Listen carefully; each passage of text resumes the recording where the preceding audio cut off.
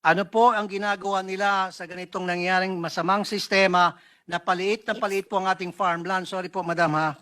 Yeah. Na hindi lang po sa Kawayan, sa Isabela, kundi sa marami tend pong to mga probinsya disagree with you. na marami na pong mga subdivision na nagsilipa na. Where will the people live if you don't build subdivision? Marami po mga lugar na pwede pong pagtayuan ng subdivision. Huwag lang po i-take over yung mga farms. Kasi nga po, kuminsan yung mga farmers, dahil sila po naghihikaos, they're being taken advantage of. No. Lalo na po meron tinatawag na rice tarification. So mura po yung mga bigas na dumarating dito, they cannot compete. And then papasok po ito mga negosyante at mag-o-offer ng pera para bilhin ng kanilang mga lupain. Of course, walang choice po yung mga farmers kung hindi ibenta na lang kanilang lupa sapagkat meron na po tinatawag na rice tarification. I wrote the rice tarification po ba yun? law.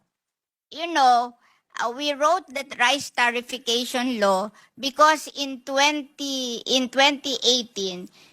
the price of rice rose to almost 50 to 60 pesos per kilo.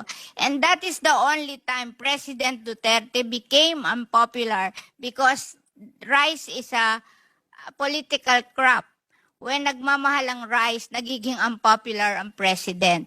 And the World Bank, we signed that WTO agreement in 1995, and they gave us 25 years to be competitive, but we failed to be competitive after 25 years. And if we don't open or liberalize the importation of rice, they will bring down our credit rating. And we have plenty of loans abroad, and we have to pay higher interest for those loans, so it will be a loss to the Philippine government. So what I did when they asked me to write the rice tarification law, I gave all the money from the collection of rice tariff to the small farmers. 10 billion for the Rice Competitiveness Enhancement Fund, 5 billion for mechanization, 3 billion for seeds, 1 billion for loans, 1 billion for training.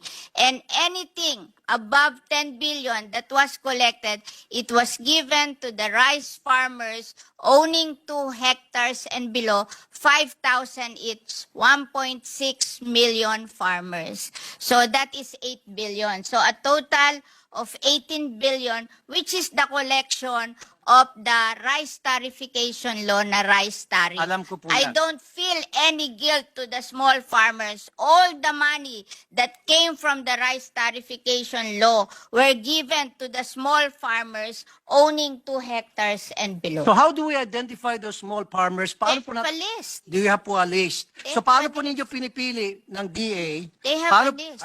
Paano po pinipili kung sino po ang maging recipient nitong pera na galing po sa rice tarification? How are they being identified? A list of farmers owning 2 hectares and below. So, Oh, meron po... papalista ka sa kanila. They have RSBSA. RSBSA. Okay. Oo.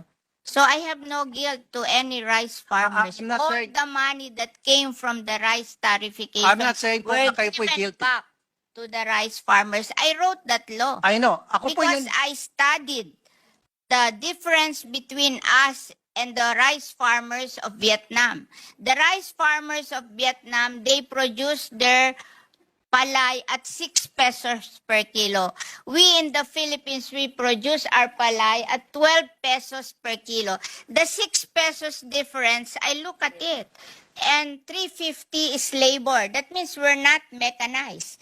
And 250 is the productivity of the seed. So there's something wrong with our seed. So when I wrote that Rice Competitiveness Enhancement Fund, I gave 5 billion to mechanization and 3 billion to seed distribution, and also to train them to do the same seeds with their own farm.